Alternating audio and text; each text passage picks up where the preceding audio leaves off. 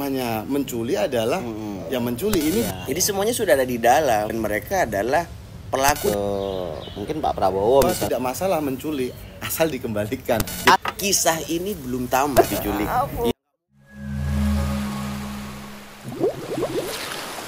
Pimpalayung gambreng. Ulang. Pimpalayung gambreng. Terus siapa? Ya ini datang. Oke. Selamat pagi masyarakat. Selamat pagi masyarakat, masih di Suara Relawan, kadang rela, kadang melawan. Enggak bahaya tak? Enggak ikut ngomong. Aman, enggak apa-apa. Ya, ini adalah episode yang kedua setelah kemarin viral banget untuk di episode yang pertama. Kita hari ini akan membahas yang lebih jurang bersama saya Pras, tapi bukan Pras Teguh. Dan saya Sule, tetapi bukan Sule Prikitiu. Dan ini Saya Ramadan tapi bukan sirup marjan. ya, hari ini kita akan membahas salah satu tema yang menjadi perbincangan semua orang. Apa ya? Apa itu?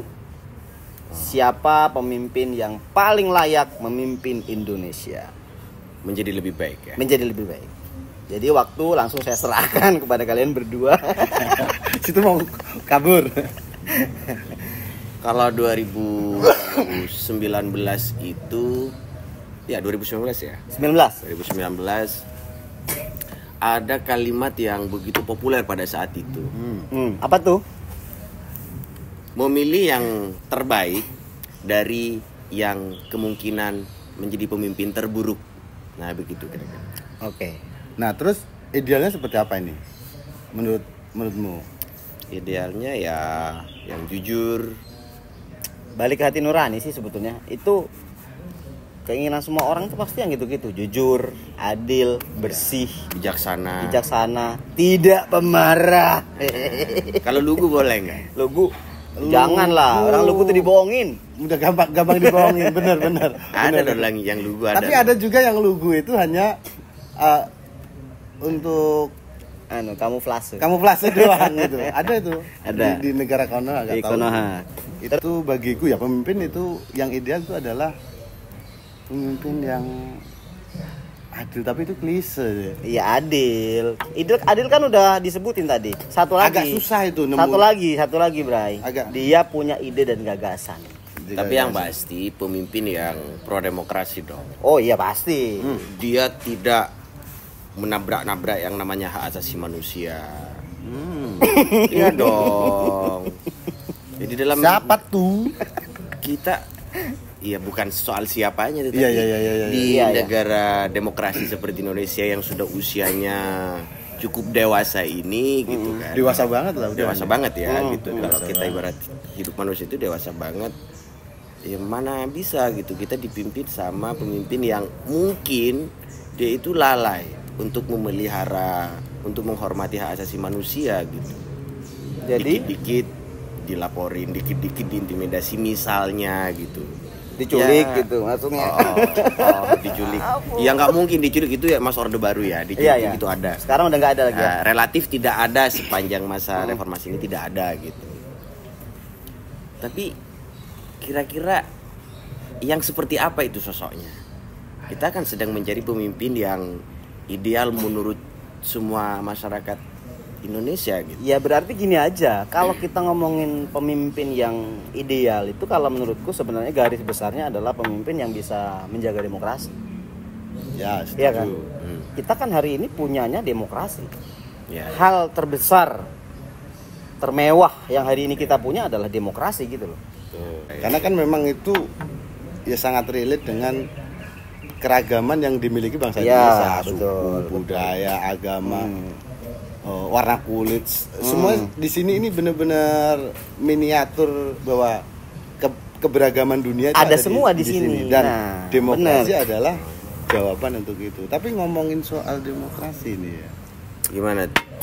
Demokrasi itu kalau menurutku perspektifnya adalah dulu, sekarang, dan akan datang gitu ya. Ya. Kenapa? Misalnya gini, kita sepakat gitu ya, sistem demokrasi itu diterapkan di negara kita, bukan monarki ya. Artinya ketika dari, oleh dan untuk, rakyat juga mesti tahu seseorang yang akan menjadi pemimpin itu rekam jejaknya bagaimana, kelakuan sekarang bagaimana, dan mencari pemimpin yang ideal itu ya pasti tidak ujuk-ujuk. Ya, namanya juga memimpin adalah sebuah proses. Memang pemimpin yang kita butuhkan seperti yang dikatakan Pras tadi, pemimpin yang visioner sebenarnya, yang melihat Indonesia di masa depan gitu. Kita memang harus move on dari masa lalu. Tetapi move on ini bukan berarti kita melupakan masa lalu. Betul. Contoh ya. Benar, kita kalau mau menuju ke masa depan kayak di edisi sebelumnya gitu, misalnya kita mau bicara soal Indonesia masa depan itu yang harus beradaptasi dengan perkembangan teknologi misalnya. That's right. Oke, misalnya ya. Tetapi kita masih punya masalah stunting di masa lalu yang sekarang masih itu menjadi masalah, problem yang harus diselesaikan kan. Kan berarti masa lalu itu harus kita bawa, yang harus kita perbaiki. Yang gitu. Secara singkat sih harus diselesaikan dulu gitu loh, diselesaikan dulu yang masa lalu itu, ya kayak contoh stunting itu kan gitu. Nah, kaitannya dengan HAM, hak asasi manusia gitu. Jadi sistem demokrasi itu yaitu yang utama gitu. Kebebasan berpendapat, kritik misalnya. Kritik itu kan harusnya diakomodir ya. Gitu, diakomodir. Diterima dan direspon dengan baik, bener nggak? Tuh, direspon dengan, ya ada juga ya udah saya tampung dulu. Ada juga yang bilang begitu. Ya saya jadi penampungan. Udah gitu gak dia apa-apain. Enggak. Soal HAM itu gimana itu soal HAM? Iya, HAM itu ini selalu menjadi perbincangan hangat, panas, dan ada yang bilang dalam tanda kutip dijadikan komoditas politik. Setiap 5 tahunan. Setiap 5 tahunan. Itu seolah-olah karena kacamata yang dipandang adalah dari kacamata pandang, dari sudut pandang politisi gitu. Mungkin dari relawan, mungkin dari pendukung gitu. Dia akan berbicara soal HAM ketika momentum pilpres atau pemilu itu akan berlangsung gitu. Itu akan dibicarakan. Tapi sebenarnya faktanya kelar belum sih gitu loh. Itu pertanyaan kita semua sebenarnya. Kalau udah kelar mah udah close gitu loh. Nah, ini udah kelar atau belum? Belum. Per 30 Agustus 2023 misal itu adalah hari anti penculikan orang. Itu tanggal 30 Agustus gitu. Nah, tanggal 30 Agustus 2023 kemarin IKOHI, Ikatan Keluarga Orang Hilang Indonesia itu bersama kawan-kawan organisasi masyarakat sipil lainnya seperti Kontras, LBH, Amnesty Internasional, Elsam dan yang lain-lain, dia merilis tentang penyelesaian HAM yang belum kelar. Yang 12 kasus. Yang 12 kasus beda lagi. Beda lagi. Itu beda lagi. Ini fokus ke 1 dari 12 kasus itu. Yang 98 ya? Iya itu. 1 dari 12 kasus pelanggaran HAM berat itu adalah peristiwa penculikan atau penghilangan paksa tahun 1997-1998. Iya. Itu salah satunya. Dan itu yang ditagih lagi sebenarnya sama teman-teman di organisasi masyarakat sipil. Bagaimana nih hukum terhadap korban atau keluarga korban gitu. Yang sampai saat ini belum juga mendapat kepastian gitu, kecuali yang 9 orang yang dikembalikan ya, bahasa mereka dikembalikan. Dari yang penculikan ya, yang tragedi 98 ya. Lah, tapi kalau kemarin kan Presiden sudah mengumumkan bahwa benar negara mengakui ada 12 pelanggaran HAM berat. Ya. Itu kan penyelidikan non yudisial gitu ya. Ya, non yudisial. Itu belum juga berarti menyelesaikan. Atau gimana sih yang itu? Itu PPHAM yang bertugas untuk merealisasikan salah satu janji Presiden Jokowi dari 2014 dan juga 2019 yang tergantung di nawacita sebenarnya, kaitannya penyelesaian kasus pelanggaran HAM berat. Nah, pada tahun 2000, pada periode pertama karena Menko Polhukamnya itu dari dalam tanda kutip militer, di situ belum tersentuh sama sekali. Tetapi perjuangan terus berlangsung ya. Lalu pada periode kedua Menko Polhukam itu ke sipil, maka di akhir ini tahun 2023 dengan lahirnya PPHAM itu penyelesaian non yudisial. PPHAM itu apa? Penyelesaian pelanggaran HAM ya? Iya, penyelesaian non yudisial pelanggaran hak asasi manusia. Nah, di situ ada 12 itu kan, 12 termasuk yang di Aceh, termasuk yang 98, termasuk yang itu termasuk yang 65 ya? 65. Kalau ngomongin HAM itu kan publik langsung mengarah ke mungkin Pak Prabowo misalnya, salah satu yang sebenarnya ini kan sudah menjadi rahasia umum dan gini loh, masyarakat itu kan posisinya menunggu sebetulnya kan hari ini kan. Kalau ngomongin siapa yang paling mampu menjaga demokrasi, ya akan kita tarik ke ranah siapa yang juga melakukan pelanggaran demokrasi kan gitu. Kan gitu sih. Nah, maksudku ya mungkin publik bisa menilai gitu kan. Kalau misalnya kita kan hari ini menunggu ini udah selesai atau belum, nah ternyata belum gitu kan. Nah, ada nggak sih langkah-langkah untuk penyelesaian itu misalnya? Karena ini berhubungan sama kredibilitas salah satu capres loh gitu loh. Sebenarnya dari PPHAM itu yang telah dilakukan kick off di Aceh itu adalah pintu untuk masuk ke seluruh ke-12 pelanggaran HAM itu untuk diselesaikan. Bagaimana prosesnya, apa yang akan didapatkan oleh korban atau keluarga korban dari 12 ya semuanya ya, kita tidak hanya pada yang 98 saja atau penculikan saja, tidak gitu. Itu masih dalam proses. Tetapi memang yang dibuka Aceh kayak diurut gitu ya. Oke, dari yang pertama ya. Padahal itu bukan kejadian pertama kan. Bukan kejadian pertama, tetapi yang di rumah Gedong. Rumah Gedong. Itu nanti padahal yang pertama itu adalah yang paling berat 1965 misalnya. Itu kayak prioritasnya kayak yang nggak tahu kita. Itu yang tahu adalah PPHAM ya. Itu yang tahu PPHAM. Tim PPHAM ya. Soal apakah ini menjadi komoditas politik, saya tidak setuju gitu. Ini yang mengatakan itu rekannya Bung Ramadan itu. Siapa? Budiman Sujatmiko. Tapi ya masuk itu Bang ya. Budi. Sebenarnya itu ya saya juga nggak setuju itu disebut sebagai hantu politik. Apalagi setiap 5 tahunan ya. Setiap 5 tahun enggak. Karena kalau saya ini biar nggak jadi aduan delik ya. saya baca aja. Jadi ini kan pengakuan sendiri langsung dari Budiman Sujatmiko. Oke. Ini beritanya dimuat di Kompas. Ya. Beritanya dimuat di Kompas. Jadi soal kasus penculikan, Budiman udah langsung menanyakan langsung ke Prabowo. Oke. Dan jawabannya apa katanya? Kata Prabowo, seluruh yang diculik itu udah dikembaliin. Loh, enggak, berarti mengakui.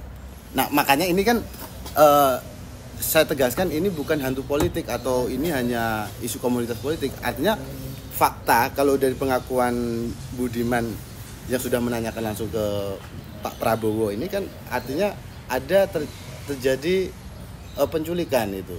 Secara tidak langsung menyampaikan begitu. Iya, yang dibenarkan bahwa terjadi penculikan meskipun katanya itu dikembalikan. Tapi kan itu artinya gini, Budiman membongkar satu fakta yang selama ini menjadi desah-desus. Apakah Prabowo benar dibalik penculik? Artinya dengan statement ini dan itu udah diakui Prabowo sendiri, berarti kan ya dia menculik gitu. Aku dengar sih beliau selalu mengatakan bahwa saya menjalankan tugas negara. Tindakan-tindakan itu dilakukan, diambil untuk menyelamatkan sekian banyak masyarakat pada waktu itu. Cuman kan maksudku ya bukan berarti terus membenarkan juga gitu loh ya kan. Apakah atas nama rakyat terus akhirnya melanggar HAM berat gitu kan juga bahaya gitu loh maksudku gitu. Makanya itu ada logika yang sebenarnya itu rancu sebenarnya. Artinya, di siapa? Di kubu Prabowo sendiri kan. Oke. Jadi ada kesan bahwa tidak masalah menculik asal dikembalikan. Jadi asal demi bangsa dan negara. Bukan, asal dikembalikan. Harusnya begitu. Jadi dianggap tidak bersalah ketika itu dikembalikan lagi. Ini kan ya namanya menculik adalah yang menculik ini bukan seperti bukan seperti apa pinjem uang 100 dulu biar nyawa nggak putus, bukan soal itu. Terus yang hilang gimana? Apakah akan gitu juga kan gitu? Artinya tetap yang namanya tindakan menculik itu adalah tetap tindakan yang inkonstitusional dan itu melanggar hukum. Harus dipahami benar bahwa itu kita tidak bisa mentolerir atas aksi menculik gitu. Sebetulnya yang dimaui masyarakat tuh adalah ya udah kita pasarkan ke negara gitu. Negara bersikap, negara melakukan pengusutan itu bukan cuma non yudisial ya. Kalau tadi kan non yudisial. Non yudisial itu kan dari sisi korban ya. Kita kan maunya sebetulnya adalah ada campur tangan negara dalam penyelesaian ini. Jadi tuntas gitu loh. Nah, cuman sampai hari ini kan juga belum ya. Mungkin masih proses ya. Ini juga dan kelompok PSI ada salah satu politisi PSI juga menegaskan itu, menegaskan dalam salah satu tweetnya itu juga melumrahkan. Melumrahkan. Jadi kayak ada tindakan melumrahkan ini yang ditweet oleh politisi PSI Sigit Widodo. Itu kayak semacam impunitas yang sengaja terus digaungkan impunitas itu. Padahal kan yang namanya tindakan yang melanggar hukum itu adalah tetap melanggar hukum, nggak bisa dibenarkan. Kita bicara soal HAM itu, misalnya Budiman kayak membenarkan, kayak mengakui, atau Prabowo seolah-olah baru mengaku gitu. Ya bagaimana pengakuan itu baru ada? Lah Pak Jokowi sebagai presiden sudah membenarkan itu. Kalau kita mau pakai dalil, kalau dalil mengakui Pak Jokowi sudah mengakui sebagai presiden, peristiwa itu terjadi. Lalu Pak Prabowo sudah kena sanksi dari Dewan Kehormatan Militer misalnya pada waktu itu. Dipecat dipecat. Ada Pak Wiranto juga di situ, ada Pak Fahru Rozi, ada siapa lagi gitu ya. Dan bawahan Pak Prabowo sebagai Dandim Kopassus, di bawahnya itu ada tim mawar kan grup 4 Sandi Yuda gitu. Nah ketuanya Pak Khairawan gitu. Terus di bawahnya sebagai komandan tim mawar ini namanya Bambang. Nah mereka melakukan dan mereka semuanya kena sanksi gitu. Dan sekarang semuanya ada di dalam. Pak Prabowo sebagai Dandim Kopassus jadi Kemhan, Pak Khairawan menjadi asisten khusus gitu. Terus Pak Bambangnya jadi anggota DPR Komisi Pertahanan dari Gerindra gitu.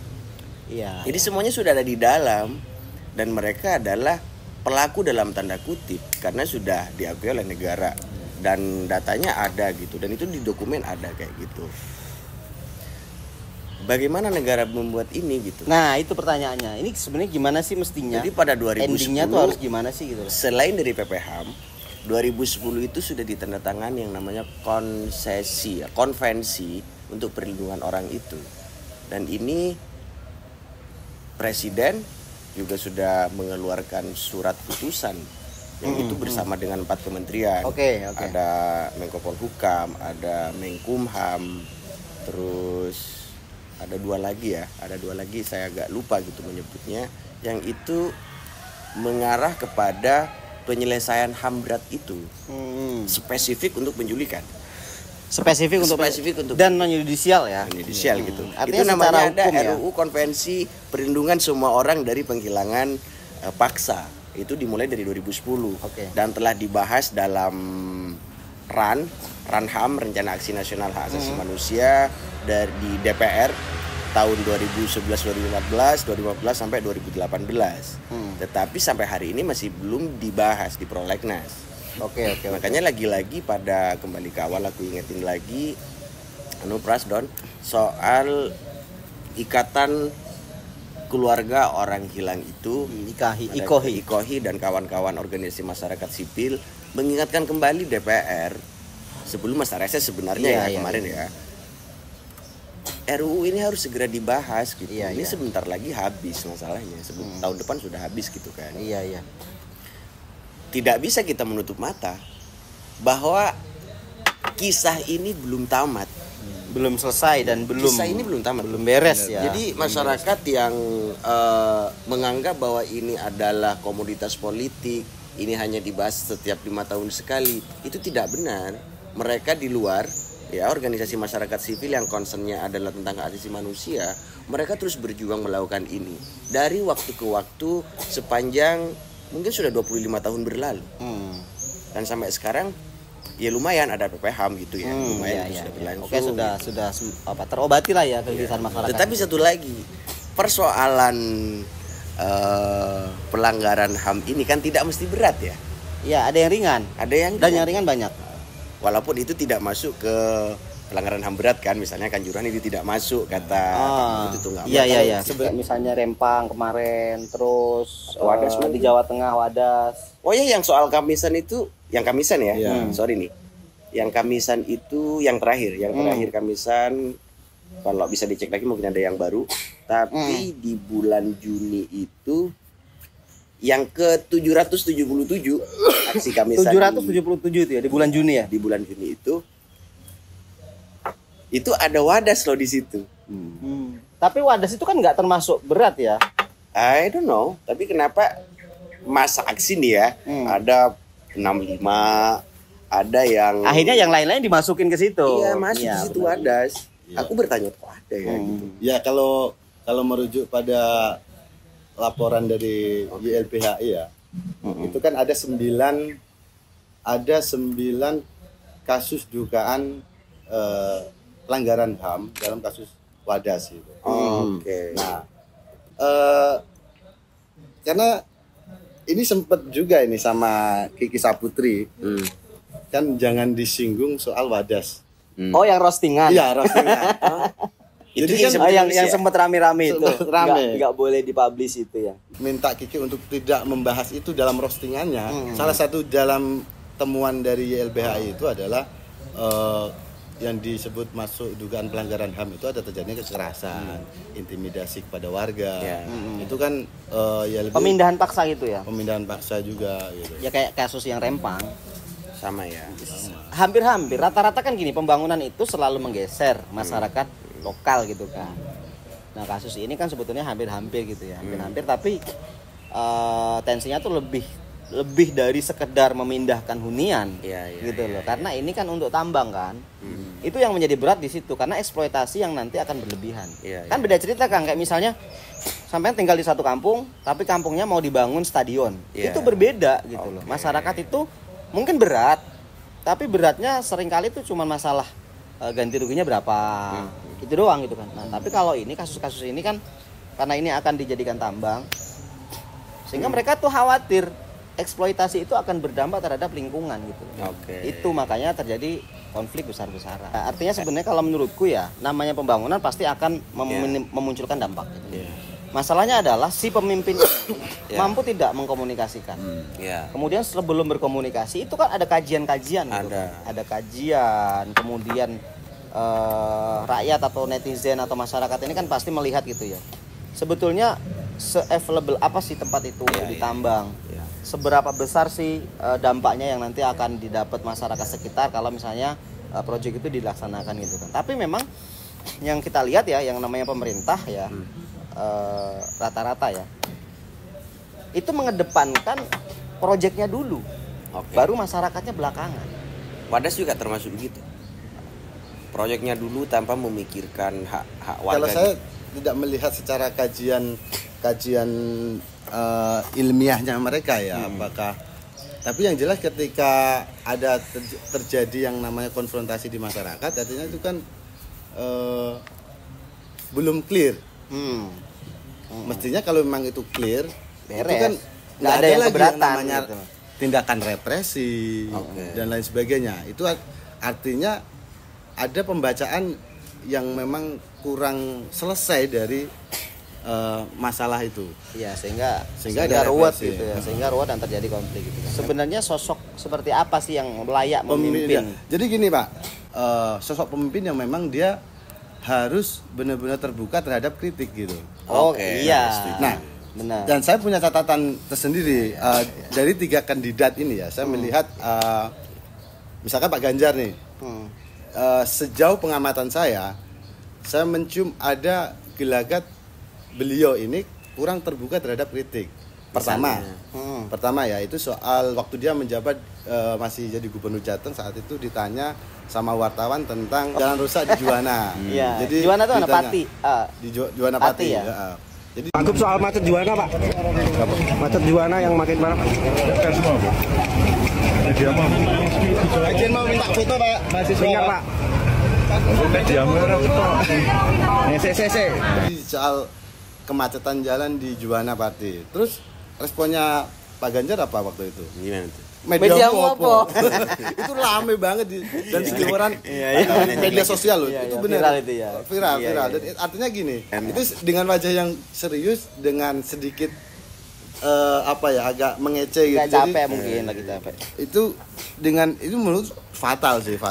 Padahal, fatal dan tidak menghargai profesi jurnalistik menurutku. Jadi ada beberapa sikap blunder yang Iya.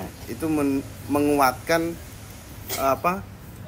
sikap alergi terhadap kritik Iya, gitu. iya. Termasuk juga itu dipertegas, yang terakhir ini dipertegas oleh Kiki Saputri dengan Di roasting. cuitannya banyak kemudian di cut kan. Tapi itu beneran itu ya yang di-cut itu ya. Di cut itu. Tapi aku setuju poinnya tentang yang anti kritik itu.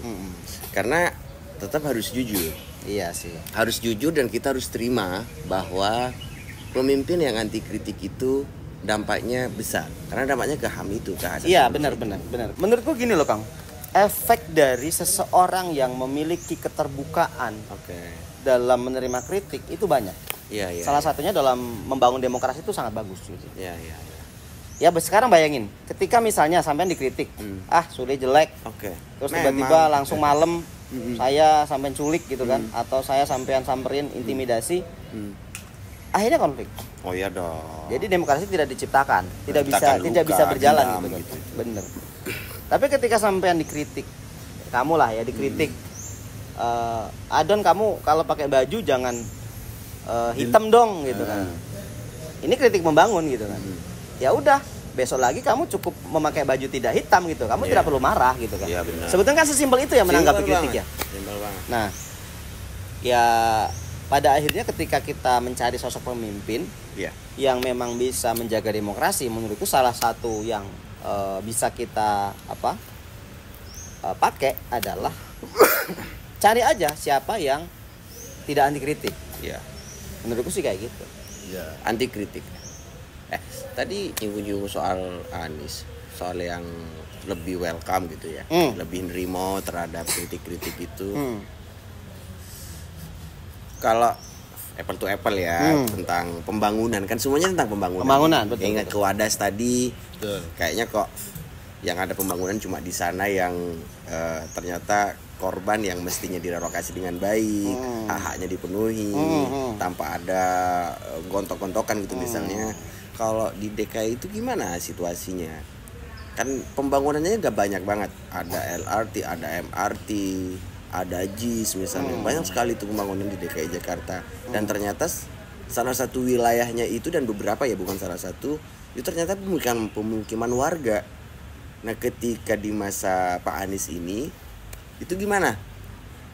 Beliau ini berkompromi lah ya dengan warga ini supaya pembangunan demi kemajuan Jakarta berlangsung, tetapi warganya juga bahagia gitu. Kalau Pak Anies tuh modelnya gini. Jadi riset dulu dikelarin, Oke. ya kan? Riset dikelarin sesuai kebutuhan. Kayak kemarin yang disampaikan di kumpul 100 ekonomi itu ya. Jadi riset dulu dikelarin. Setelah riset dikelarin tentunya berdasarkan kebutuhan masyarakat ya. Nah, baru nanti akan ada satu tim yang memikirkan proyek apa dari kebutuhan ini gitu loh. Itu kira-kira kayak gitu. Sehingga bukan ada investor dulu baru ngebikin proyeknya, tetapi kebutuhan dulu, mikir proyeknya apa, baru nanti kebutuhan pembiayaan tuh dari mana gitu loh. Ya kayak Pak Anies juga waktu mindahin Alexis kan soft ya. Iya. Alexis ya. Iya. Alexis. Iya Alexis. Iya kan, maksudnya itu ya beliau bilang di beberapa tempat gitu kan. Itu hanya dengan satu tanda tangan gitu kan. Maksudnya itu juga akan berpotensi rame sebenarnya. Iya. Karena urusannya bukan lagi ke masyarakat, bukan lagi ke rakyat itu. Urusannya adalah dengan pengusaha. Menurutku keterbukaan pemikiran itu membuat segala sesuatu tuh dilakuin dengan pengetahuan, knowledge ya. knowledge. Jadi saya menyimpulkan ini corak gaya Anies ya, dia itu benar menjadikan ilmu pengetahuan itu sebagai panglima untuk semua kebijakan dia. Ini menarik sih, menarik. Terus juga soal stempel yang dilekatkan pada Anies orang intoleran, anti keberagaman. Ini kok rasa-rasanya berbeda dengan apa yang ada digaungkan oleh netizen gitu loh, yang distempelkan. 2 mingguan yang lalu baru ngelihat sebuah tweet. Ternyata baru di eranya Pak Anies itu perayaan Natal dilakukan secara di ruang terbuka. Di ruang terbuka. Betul. Dan itu, ini adalah mematahkan anggapan miring bahwa Pak Anies adalah sosok pemimpin yang intoleran, anti keberagaman. Itu tidak benar itu loh. Jadi fakta ini menunjukkan Pak Anies memang sangat mengedepankan kesetaraan dan keadilan. Ya. Itu sih jadi dari masuk dari obrolan tadi. Dan hak menjalankan ibadah. Betul. Ya, karena semua ini loh, basisnya itu kan keadilan ya. Kalau misalnya ya ini ngomongin dampak gitu ya. Kita ngomongin konteks demokrasi, siapa yang paling bisa menjaga demokrasi, itu sebetulnya sepaket dengan track record dia. Langkah-langkah yang dia lakukan selama pernah memimpin, itu akan menggambarkan sebenarnya bagaimana cara dia memimpin ke depan gitu. Sebagian banyak pemimpin mungkin udah pakai logika begitu ya, tapi ini yang mesti dipastikan dan disempurnakan. Itu menurutku kalau mau ngomongin kita bisa membangun sebuah negara demokrasi yang besar gitu ya, ya mesti asasnya keadilan, merata. Dan simpelnya ya, dia negara riset apa sih yang dibutuhin oleh rakyatnya, baru kemudian negara memutuskan membuat regulasi yang itu berpihak kepada rakyat. Dan begitu. Itu bukan kebalik-kebalik ya kayak sekarang. Bukan. Maksudnya kan yang sekarang itu investor pengennya apa baru dicariin risetnya. Jadi riset menyesuaikan. Nah, negara itu mengumpulkan para teknokrat memikirkan dia riset apa sih yang dibutuhkan rakyat, baru kemudian dia negara ambil kebijakan. Kita butuh pabrik baja nih. Maka akhirnya negara setelah ada riset yang memang itu darurat dibutuhkan, baru negara kemudian menunjuk siapa nih swasta atau investor yang mendanai, bukan kebalikannya. Nah itu betul. Kita sudah lama krisis pemimpin yang semacam itu saya nyambung dari tadi itu ya. Iya. Prinsip keadilan itu. Jadi kalau balik lagi ngomongin pemimpin ideal,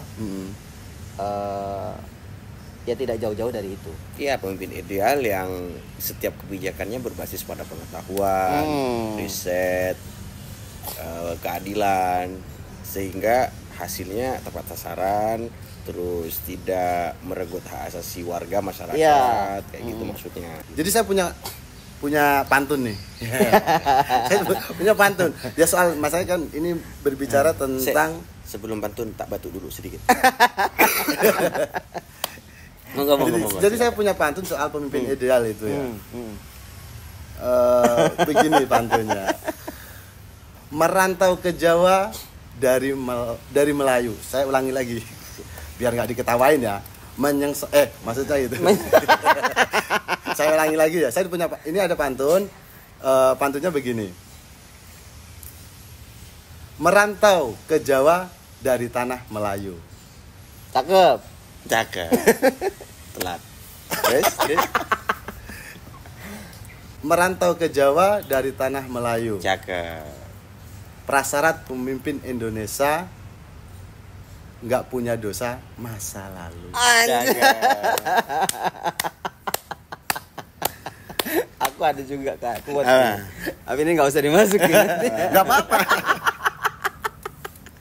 Jadi salah satu kebutuhan pemimpin Indonesia hari ini adalah pemimpin yang bisa memberi solusi. Iya. Termasuk solusi di tanggal tua. Itu juga aku setuju itu. Akan vote itu langsung coblos. Satu ya, rakyat adalah sumber ilmu. Kalau ada pemimpin, calon pemimpin yang dia anti kritik, dia tidak akan mendapatkan ilmu dari rakyat. No intimidasi, no impunitas. Keren. Oke, segitu ya hari ini. Kita berjumpa di sesi yang ketiga. Terima kasih. Saya Pras, bukan Pras Teguh. Saya Sule, bukan Sule OVJ. Saya tetap bukan sirup Mazda. Bye bye. Oke, bye bye. Thank you.